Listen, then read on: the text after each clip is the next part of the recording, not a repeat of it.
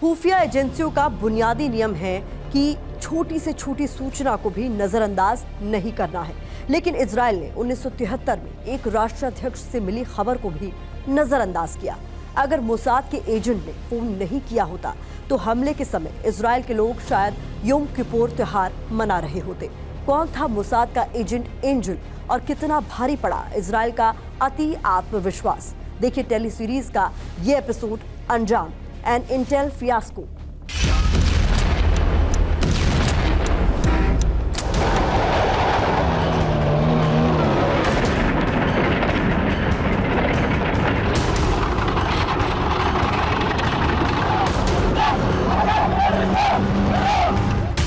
अक्टूबर 1973, गोलन पहाड़ी, Israel.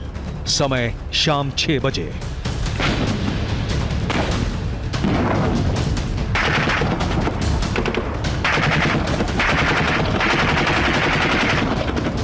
Syria और मिस्र ने जिस दिन इजराइल पर हमला किया, वो दिन यहूदी समुदाय के लोगों के सबसे बड़े त्योहार योम किप्पुर का था।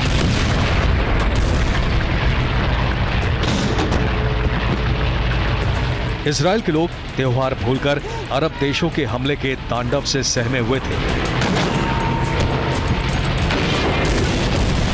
इजरायली सेना बेहाल थी। गोलन हाइट्स इलाके में सीरिया और सिनाई फ्रंट पर मिस्र की सेना का मुकाबला करने के लिए इजराइल की कोई तैयारी नहीं थी।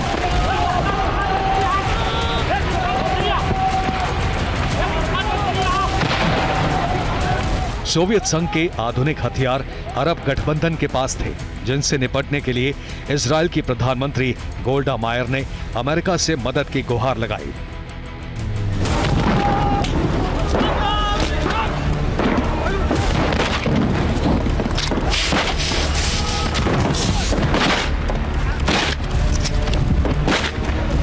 जंग के 72 घंटे बाद इजराइल हार की कगार पर था। प्रधानमंत्री गोल्डा मायर और रक्षा मंत्री मोशे दायन 9 अक्टूबर 1973 को सीरिया और मिस्र पर परमाणु हमले की सशर्त मंजूरी दे चुके थे। इससे अमेरिका के भी होश उड़ गए।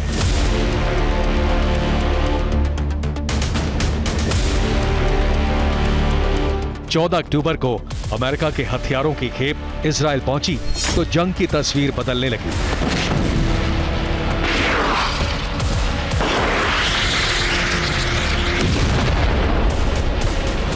परमाणु हमले की नौबत नहीं आई और 25 अक्टूबर 1973 को अमेरिका और सोवियत संघ की मध्यस्थता के बाद युद्ध विराम हो गया।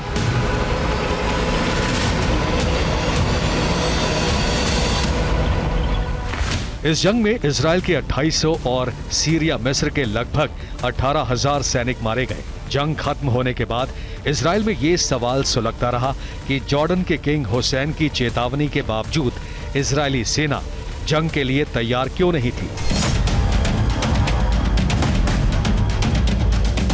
इजराइल में चर्चा इस बात पर भी थी कि हमले से 24 घंटे पहले आगाह करने वाला मोसाद का वो एंजल कौन था।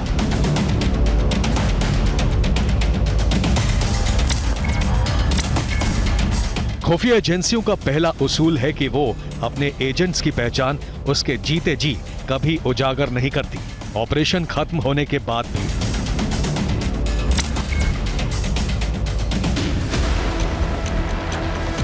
लेकिन साल 2002 में इजराइल के एक लेखक ने मोसाद के सूत्रों के हवाले से खुलासा किया कि मोसाद का एजेंट मिस्र के तत्कालीन राष्ट्रपति गमाल अब्दुल नासिर का नजदीकी रिश्तेदार था, जिसे मोसाद के लोग मिस्र का दामाद कहा करते थे।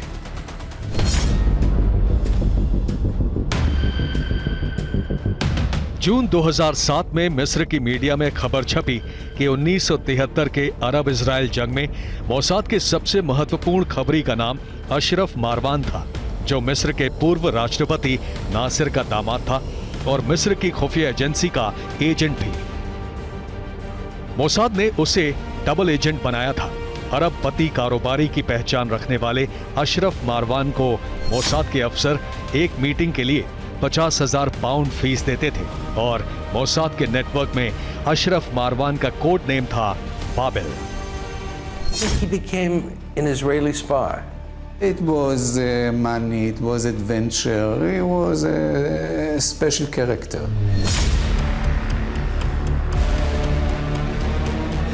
नाम के साथ पूरी पहचान उजागर होने के महज 1 महीने के अंदर 27 जून 2007 को अशरफ मारवान की रहस्यमय हालात में मौत हो गई। लंदन में 5वीं मंजिल के अपार्टमेंट की बालकनी से गिरने की वजह से ये मौत हुई थी।